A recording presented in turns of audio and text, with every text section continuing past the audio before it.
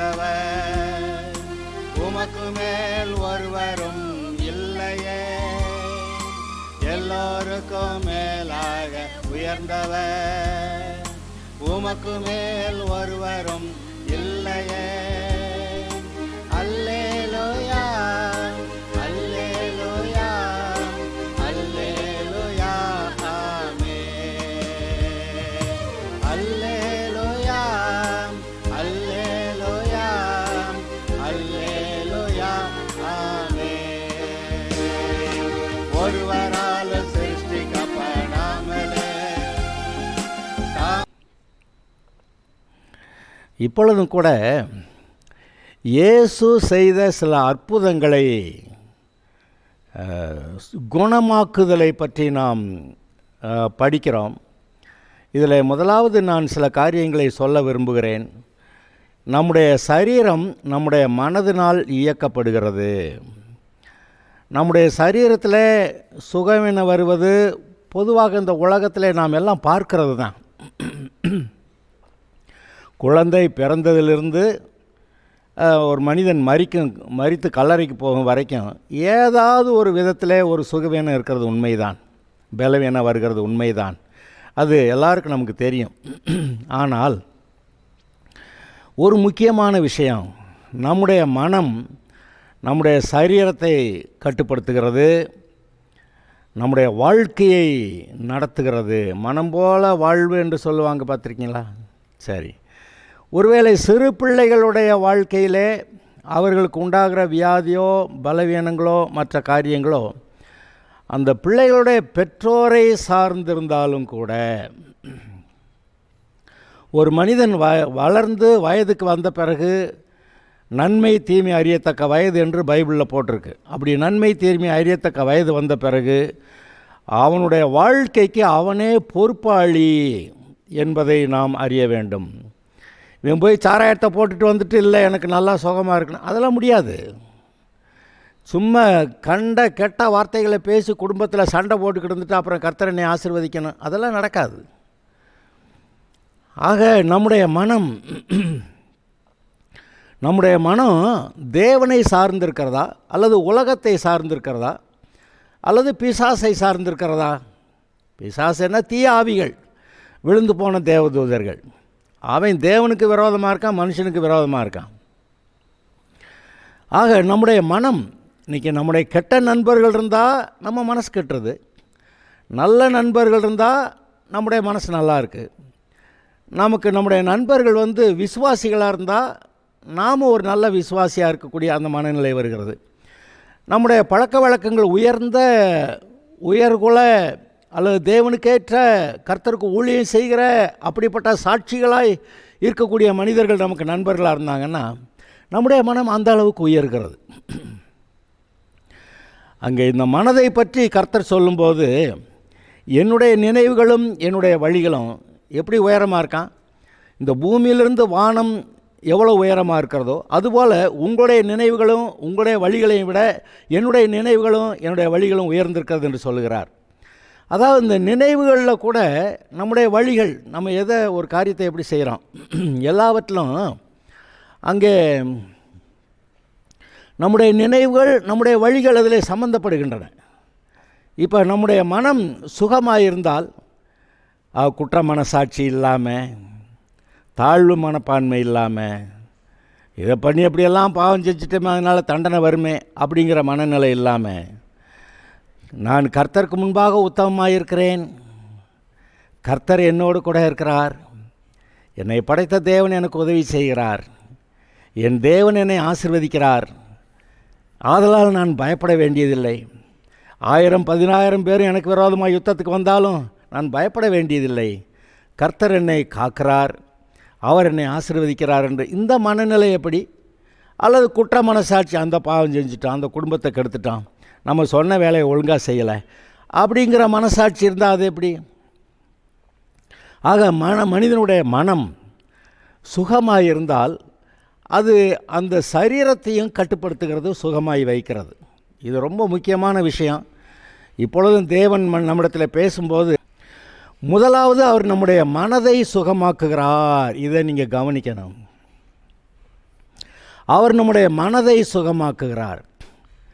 நான் உன்னுடைய பாவங்களை உனக்கு மன்னிக்கிறேன், இனி ஒழுங்காரு. எப்படி? இதுக்கு முன்னாடி செஞ்ச எல்லா பாவங்களையும் நான் மன்னிக்கிறேன், இனிமேல் நீ ஒழுங்காரு. அப்படி சொன்னால் நம்முடைய பழைய பாவங்கள்லாம் போயிடுச்சா? அதெல்லாம் கணக்கில் எடுக்கப்படவில்லையா என்று நினைக்கும்போது எவ்வளவு சமாதானம் வருகிறது. அப்போ கர்த்தர் நம்முடைய பாவங்களை மன்னிக்கிறார், மன்னித்திருக்கிறார் என்று நினைக்கும்போது நம்முடைய மனதிலே ஒரு சமாதானம் வருகிறது.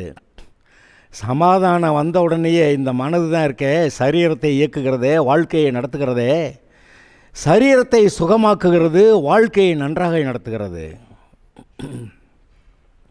அப்படியானால் இந்த மனம் நாம் சுகமாக வாழ்கிறதுக்கு ரொம்ப முக்கியமான ஒரு காரியமாக இருக்கிறது. அதை நீங்கள் நினைத்து பாருங்கள். அது சம்பந்தப்பட்ட ஒரு விஷயத்தை இப்பொழுது இருக்கக்கூடிய இந்த பைபிளிலிருந்து சொல்லப்படுகிற ஒரு அற்புதத்தில் நான் காட்ட விரும்புகிறேன். பார்க்கலாம். மார்க்கு 2வது அதிகாரம் 1 வசனத்திலிருந்து சில வார்த்தைகளை நான் வாசிக்கிறேன். சில நாட்களுக்கு பின்பு இயேசு மறுபடியும் கப்பர்நகூமுக்கு போனார். அவர் வீட்டில் இருக்கிறார் என்று ஜனங்கள் கேள்விப்பட்டு உள்ளே வாசலுக்கு முன்னும் நிற்க இடம் போதாதபடிக்கு அநேகர் கூடி வந்தார்கள். அவர்களுக்கு வசனத்தை போதித்தார். அப்பொழுது 4 பேர் ஒரு திமிர்வாதக்காரனை சுமந்து கொண்டு அவரிடத்தில் வந்தார்கள். ஜனக்கூட்டத்து நிமித்தம் அவர்களுக்கு சமீபமாய் சேரக்கூடாமல் அவர் இருந்த வீட்டின் மேற்கூரையை பிரித்து திறப்பாக்கி திமிர்வாதக்காரன் கிடக்கிற படுக்கையை இறக்கினார்கள். அது கை கால் விளங்காத ஆள் தான் இந்த திமிர்வாதக்காரன்கிறது. திமிர் வாதம், நம்ம பக்கவாதமெல்லாம் சொல்லுவோம் இல்லையா, அதுபோல் ஏதோ திமிர்னால கை காலெலாம் பிடிச்சிக்கிச்சு. ஓகே. ஜனக்கூட்டத்து நிமித்தம் அவருக்கு சமீபமாய் சேரக்கூடாமல் அவர் இருந்த வீட்டின் மேற்கூரையை பிரித்து திறப்பாக்கி திமிர்வாதக்காரன் கிடக்கிற படுக்கையை இறக்கினார்கள். இயேசு அவர்கள் விசுவாசத்தை கண்டு திமிர்வாதக்காரனை நோக்கி, மகனே, உன் பாவங்கள் உனக்கு மன்னிக்கப்பட்டது என்றார்.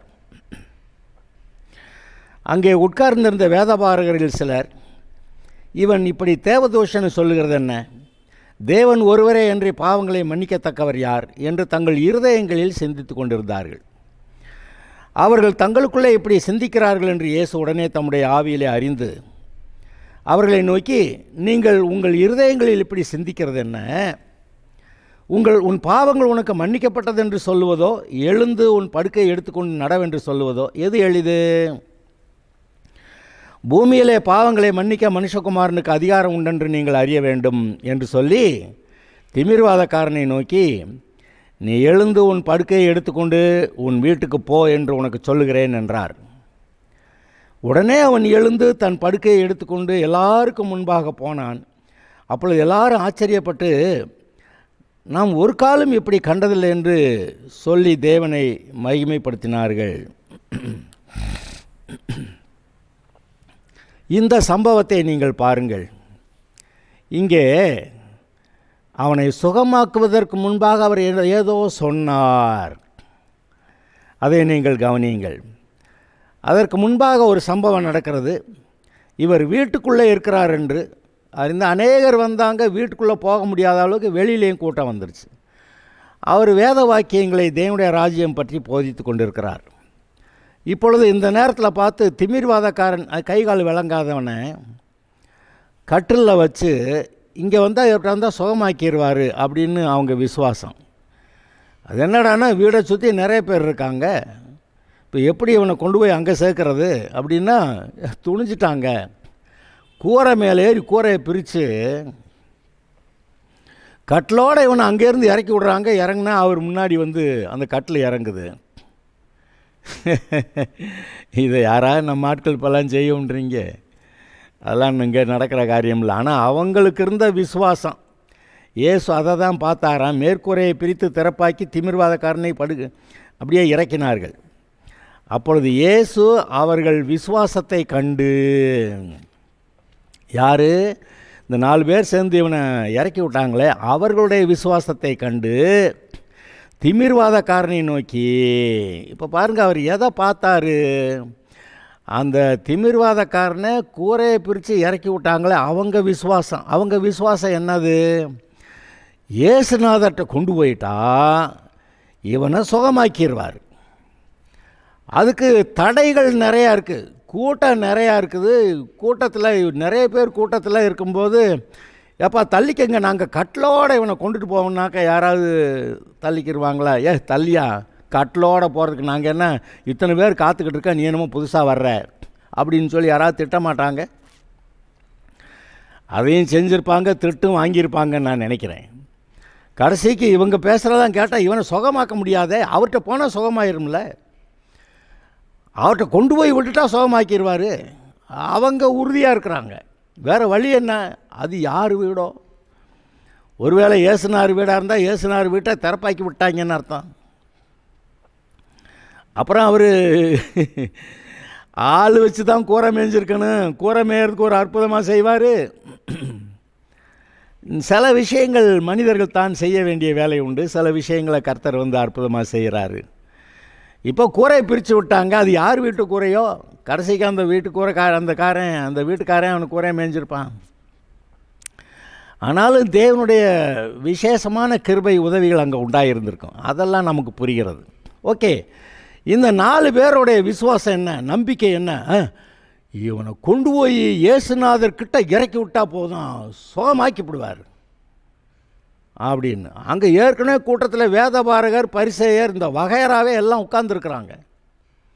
எல்லோரும் இயேசுநாதருடைய போதனையை கேட்க உட்கார்ந்துருக்கிறார்கள். அது குறிப்பாக வேதபாரகர்னால் வேதத்தை நன்றாய் கற்று தேர்ந்தவர்கள், பாராயம் பண்ணினவர்கள், மனப்பாடம் பண்ணினவர்கள்.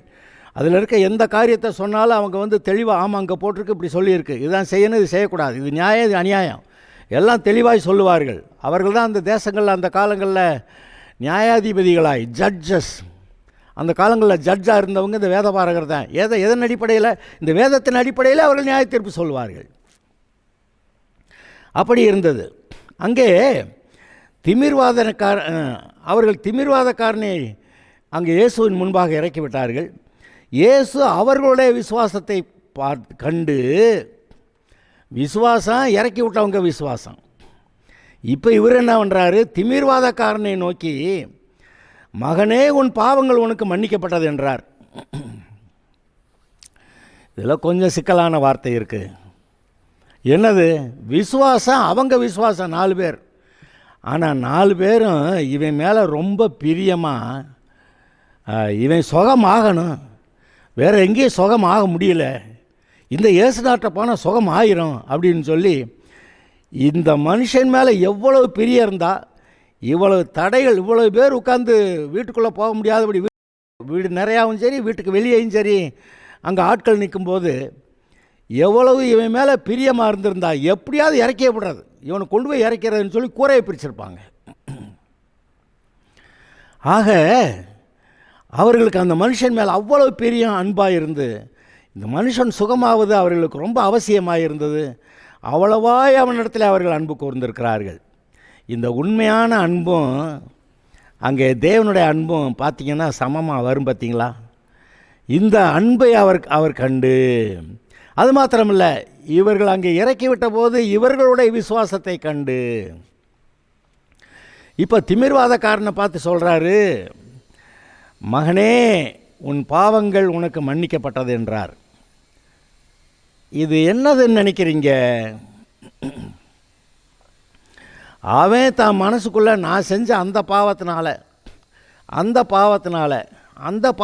தான் எனக்கு இந்த கேடு வந்துச்சு, அந்த பாவத்தினால தான் எனக்கு இந்த திமிர்வாதம் வந்துருச்சு, எனக்கு கை கால் விளங்காமல் போனது காரணம் அந்த பாவம்தான் சொல்லி அவனுடைய இருதயத்தில் மிகவும் குத்தப்பட்டு குற்ற மனசாட்சியோடு,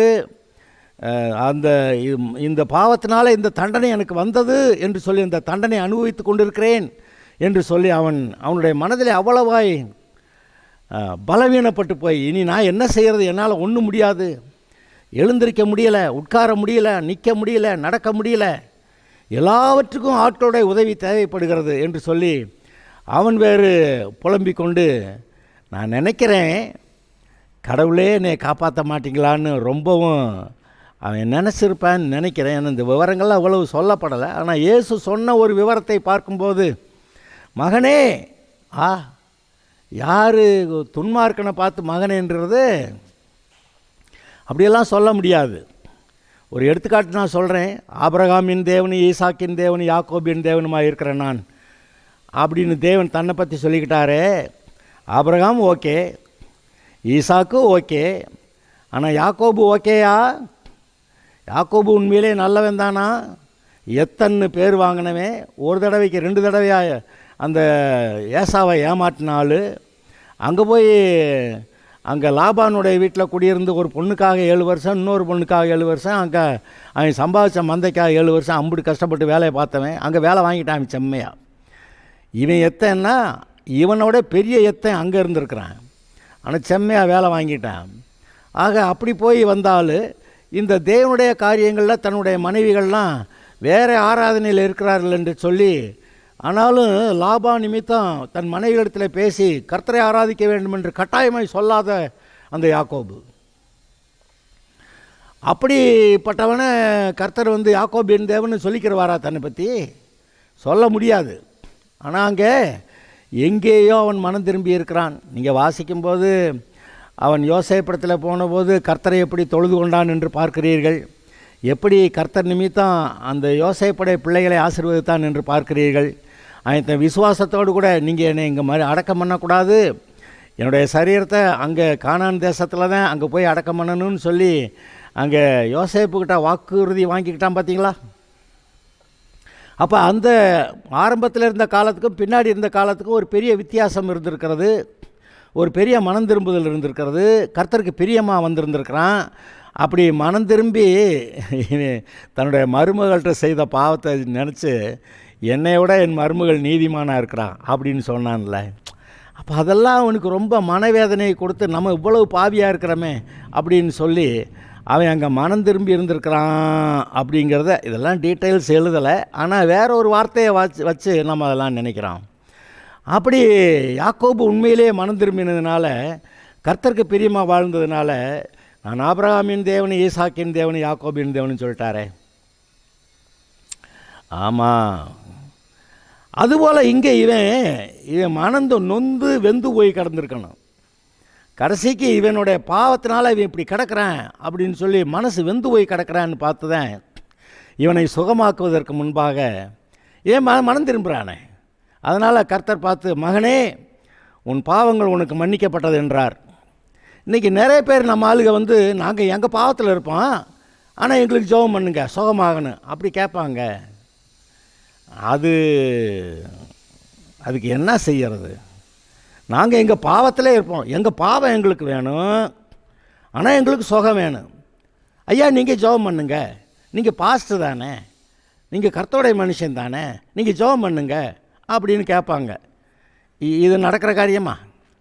நான் ஒரு வேளை ஜெபம் பண்ணலாம், நான் ஜெபம் பண்ணவும் செய்வேன் சில கேஸில், ஆனால் கர்த்தரில் சுகம் கொடுக்குறவர். அப்போ இவங்க இருதயம் நல்லா இருக்கணும் இல்லையா? இங்கே இந்த இடத்துல பார்க்குறோம், கர்த்தர் சொல்லுகிறார், உன் பாவங்கள் உனக்கு மன்னிக்கப்பட்டது என்றார். அப்போ அவன் மனம் திரும்பாத ஒருத்தனை மன்னிக்கப்பட்டதுன்னு சொல்லுவாரா? நீங்கள் இதையும் யோசிச்சு பாருங்கள்.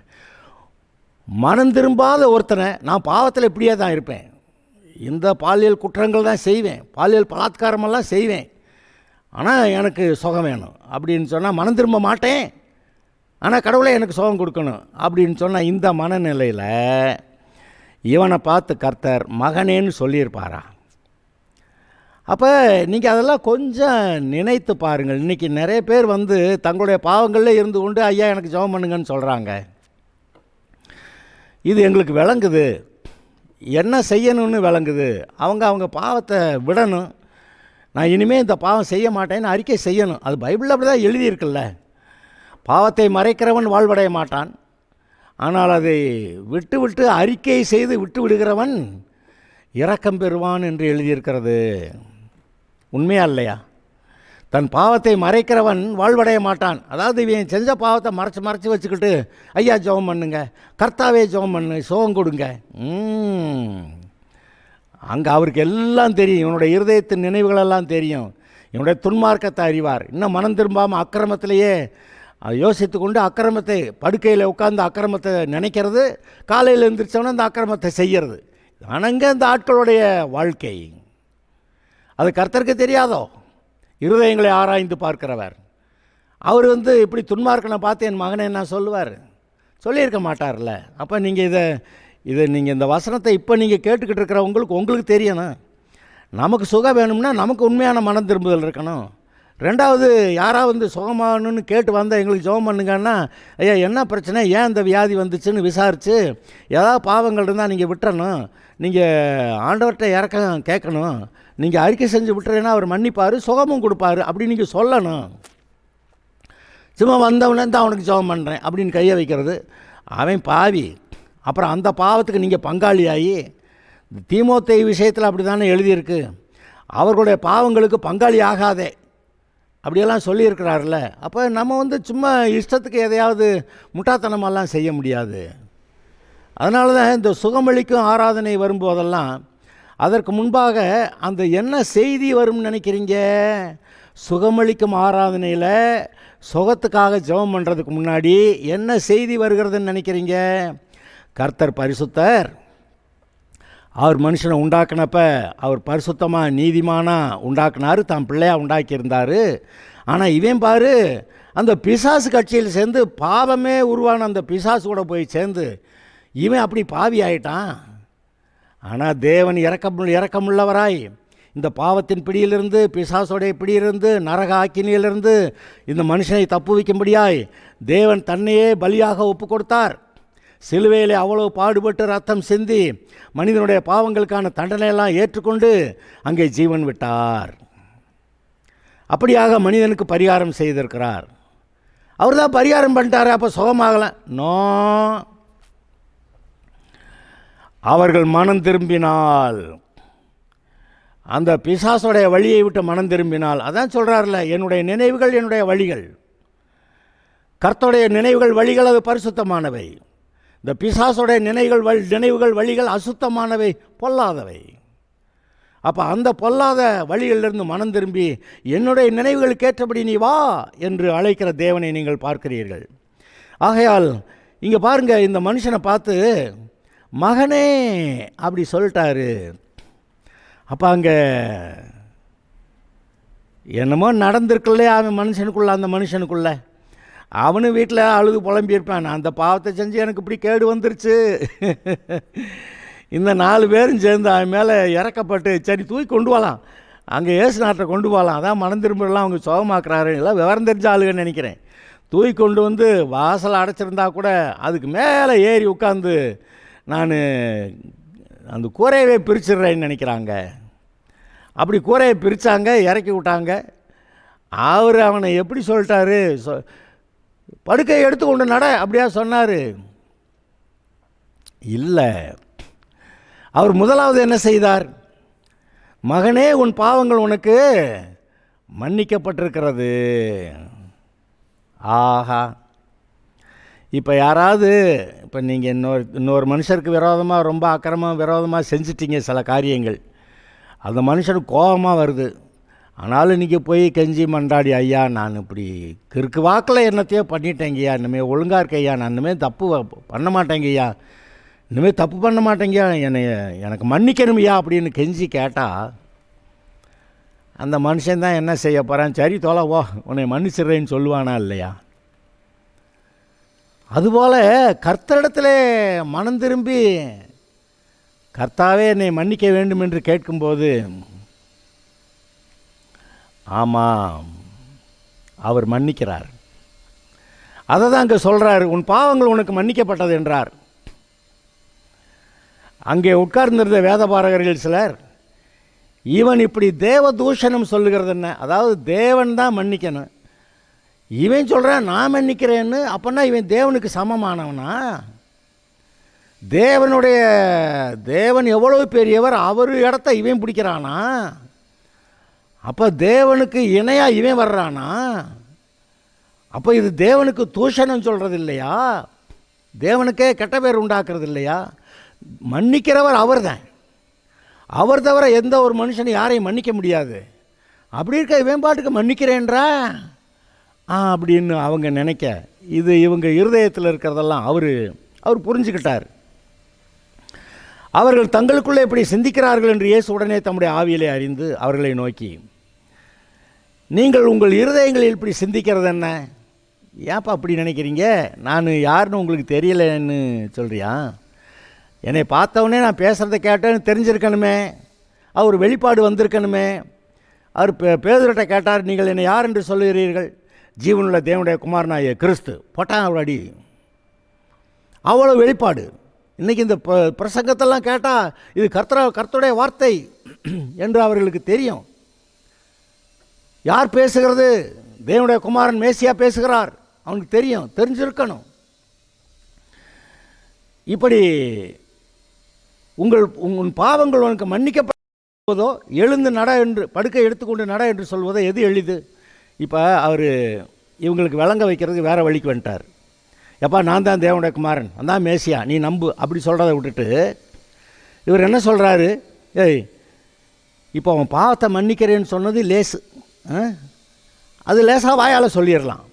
ஆனால் இந்த திமிர்வாதக்காரனை எடுத்தும் படுக்கை எழுந்தும் படுக்கை எடுத்து போட்டுக்கிட்டு நீ நட வீட்டுக்கு போ அப்படின்னு சொல்கிறது ஈஸியாக. அவங்களுக்கு நல்லா தெரியுது வாயால் சொல்கிறது லேசு, இப்படி செய்கிறது கஷ்டம்னு.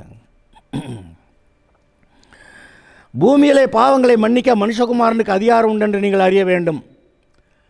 இவர் தான் அந்த மனுஷகுமாரன், அவர் தான் அந்த மேசியா, இவர் தான் தேவனுடைய குமாரன், இவர் தான் தேவ ஆட்டுக்குட்டி, மனிதனுடைய பாவங்களுக்காக தன்னை கொடுக்கக்கூடிய அந்த பஸ்கா ஆடு.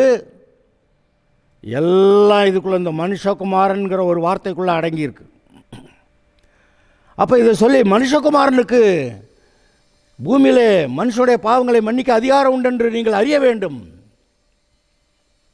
என்று சொல்லி திமிர்வாதக்காரனை நோக்கி, நீ எழுந்து உன் படுக்கையை எடுத்துக்கொண்டு உன் வீட்டுக்கு போ என்று உனக்கு சொல்லுகிறேன் என்றார். உடனே அவன் எழுந்து தன் படுக்கையை எடுத்துக்கொண்டு எல்லாருக்கும் முன்பாக போனான். அப்பொழுது எல்லாரும் ஆச்சரியப்பட்டு, நாம் ஒரு காலம் இப்படி கண்டதில்லை என்று சொல்லி தேவனை மகிமைப்படுத்தினார்கள். ஆக இங்கே பாருங்க, பாவங்களை மன்னிக்கிறேன்னு சொல்கிறதா, எழுந்து படுக்கையை எடுத்துக்கொண்டு நட வீட்டுக்கு போன்னு சொல்கிறது எளிதா? அவங்க எல்லாருக்கும் தெரியும், எழுந்து படுக்கை எடுத்துக்கொண்டு வீட்டுக்கு போன்றதெல்லாம் நடக்கிற காரியம் இல்லை. ஆனால் அவர் சொல்கிறாரு, நான் யாருன்னு இப்போயாவது தெரிஞ்சுக்கங்க. அப்போ இந்த அற்புத செஞ்சத்தோடைய நோக்கம் என்ன? அங்கே உட்கார்ந்திருந்தவர்கள் இவர் யார் என்று அவர்கள் அறிய வேண்டும். மனுஷனுடைய பாவங்களை மன்னிக்க மனுஷகுமாரனுக்கு அதிகாரம் உண்டென்று, பாவங்களை மன்னிக்க, பூமியிலே பாவங்களை மன்னிக்க மனுஷகுமாரனுக்கு அதிகாரம் உண்டு என்பதை நீங்கள் அறிய வேண்டும். அப்போ இதில் என்ன சொல்ல வர்றாரு? இவர் மன்னிக்கிறாரு, சுகமாக்குறாருன்னா இவர் தான் மனுஷகுமாரன், இவர் தான் தேவ ஆட்டுக்குட்டி, தேவனுடைய குமாரன், இவர் தான் மேசியா, இஸ்ரவேலை மீட்டு ரட்சிக்கிறவர். எல்லாம் அங்கே இருக்கிறதே. அப்பொழுது அவர் சொல்லுகிறார், நீ எழுந்து உன் படுக்கையை எடுத்துக்கொண்டு உன் வீட்டுக்கு போ. டகார்னு எந்திரிச்சிட்டாமே, படுக்கை எடுக்கிறான், சுருட்டுறான், கிளம்பிட்டான். அங்கே ஜனங்கள்லாம் பார்த்து, இது மாதிரி நம்ம ஒரு காலம் கண்டதில்லை. அப்போ என்ன நடந்திருக்கணும்? இப்போயாவது இவர் தான் மேசியா, இவர் தான் மனுஷகுமாரன், இவர் தான் தேவகுமாரன், இவர் தான் பஸ்கா ஆடு, இவர் தான் மனிதனுடைய பாவங்களை போக்குகிற தேவ ஆட்டுக்குட்டி, இவர் தான் ராஜாவாய் வருகிறவர், பூமியை அரசாளுவார் தெரிஞ்சிருக்கணும். மனுஷனை மீட்டு ரட்சிக்கிறவர் என்று தெரிந்திருக்கணும். இன்றைக்கு இந்த வார்த்தைகள் மூலமாய் நீங்கள் அதை அறிந்திருக்கிறீர்கள். இங்கே நாம் என்ன செய்யலாம்? நம்முடைய பாவங்களை அறிக்கையிட்டு விட்டுவிடும்போது நம்ம மீது இரக்கம் கொள்ளுகிற தேவன் நம்முடைய முதல்ல நம்முடைய மனதில் சுகம் கொடுப்பார். ஏன்னா பாவம் போயிடுச்சுன்னா எவ்வளோ பெரிய விடுதலை பாருங்கள். அப்போ பாவம் போய்விட்டதுன்ற போதே மனசு சுகமாகி விடுகிறது. மனசு சுகமாகிட்டவன் பாடு உன் படுக்கை எடுத்துக்கிட்டு நடன்னா அவன் எந்திரிச்சிடுறான். மனம் சுகமாகிவிட்டது. மனது தான் சரீரத்தை இயக்குகிறது. மனம்தான் மனிதனுடைய வாழ்க்கையை நடத்துகிறது. ஆக நம்முடைய மனம் தேவனுக்கு பிரியமாக இருக்க கடவுது. இன்றைக்கு இந்த வார்த்தைகளை கேட்கிற நீங்கள் உண்மையாய் மனம் திரும்பி, கர்த்தாவே என்னை உம்முடைய பிள்ளையாக ஒப்புவிக்கிறேன், என்னை ஆசீர்வதியும், என்னை குணமாக்கும் என்று கேட்க அவர் உங்களை குணமாக்குவார். Okay, God bless you.